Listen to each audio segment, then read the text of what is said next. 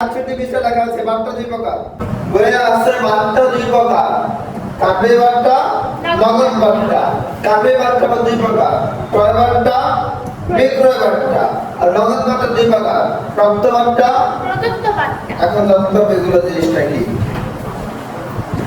ক্রয় বার্তা হলো ক্রয় করার সময় যে বার্তা পাওয়া যায়। ক্রয় করার সময় যে বার্তা পাওয়া যায় তাকে বলা হয় ক্রয় বার্তা। বিক্রয় করার সময় যে বার্তা দেওয়া হয় তাকে বলা হয় বিক্রয় বার্তা। আর কি আছে? প্রাপ্ত বার্তা, যে বার্তা পাওয়া যায়। এই বার্তা যখন পায় তখন তাকে বলা হয় প্রাপ্ত বার্তা। বার্তা যখন দেয় তাকে বলা হয় প্রদত্ত বার্তা। এখন কারবারের বার্তা কি আর নগদ বার্তা কি? আর হাইওয়েটা ছিল ব্যবসায়িক বার্তা। ব্যবসায়িক বার্তাকে বলা হয় কারবারের বার্তা। পণ্য ক্রয় এবং বিক্রয়ের সাথে, পণ্য ক্রয় এবং বিক্রয়ের সাথে সাথে যে বার্তা প্রদান বা বার্তা পাওয়া যায় বা বার্তা প্রদান করা হয় তাকে বলা হয় ব্যবসায়িক বার্তা বা কারবারি বার্তা। তাহলে পণ্য ক্রয় এবং বিক্রয়ের সাথে সাথে বার্তা পাওয়া যায় বা বার্তা দেওয়া হয় তাকে বলা হয়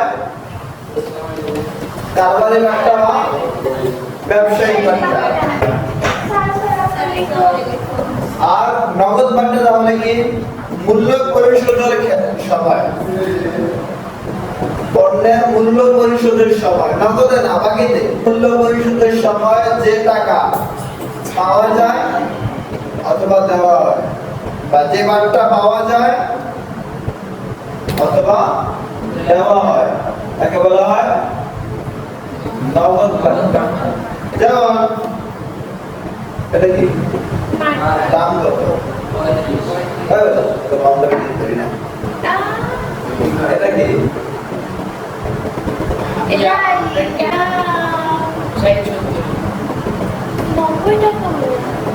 আচ্ছা, 100 টাকার একটি প্র্যাকটিক্যাল খাতা, 10% বার্তায় বিক্রয়। 90 টাকা না? এটা 90 টাকা। এটা 90 টাকা না? 100 টাকার 10%, তাহলে এটার মূল্য কত? 100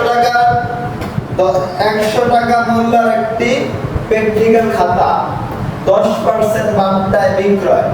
এখন আমরা হিসাবের বইতে কত টাকা উল্লেখ করব? 90 টাকা না 100 টাকা? 90 টাকা। কারণ কি?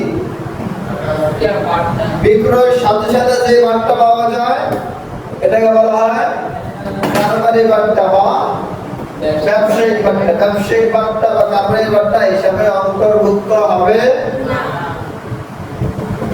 বাকিতে বিক্রি করছে 100 টাকা।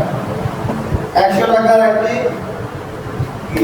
প্র্যাকটিক্যাল খাতা বিক্রয় করা হলো।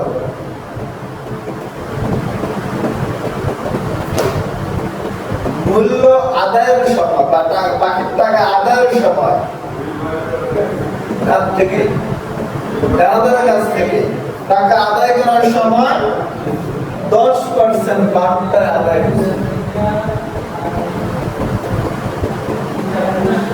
কথা বোঝা গেছে?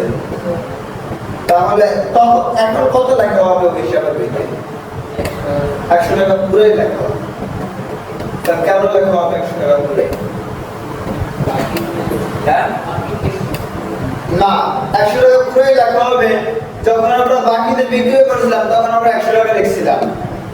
বিক্রয় হিসাব ক্রেডিট 100, দেনাদার হিসাব ডেবিট 100, এমন লিখছিলাম না? তাহলে আমাদেরকে যখন মূল্য পরিশোধ করবে, বাকির টাকা যখন পরিশোধ করবে বা বাকিতে বিক্রিত পণ্যের মূল্য যখন পাওয়া যাবে তখন আপনাকে 100 টাকাই বুঝে পেতে হবে। আপনাকে 100 টাকাই বুঝে পেতে হবে। তো সেক্ষেত্রে 100 টাকা দিয়ে বিক্রি করছিলেন, কিন্তু এখন 10% বার্তা 90 টাকা পাইছেন। আর 10 টাকা কি বার্তা? এই বার্তা অন্তর্ভুক্ত হয়, কারণ এই বার্তার নাম কি? নগদ বার্তা। তাহলে নগদ বার্তা চিনছেন?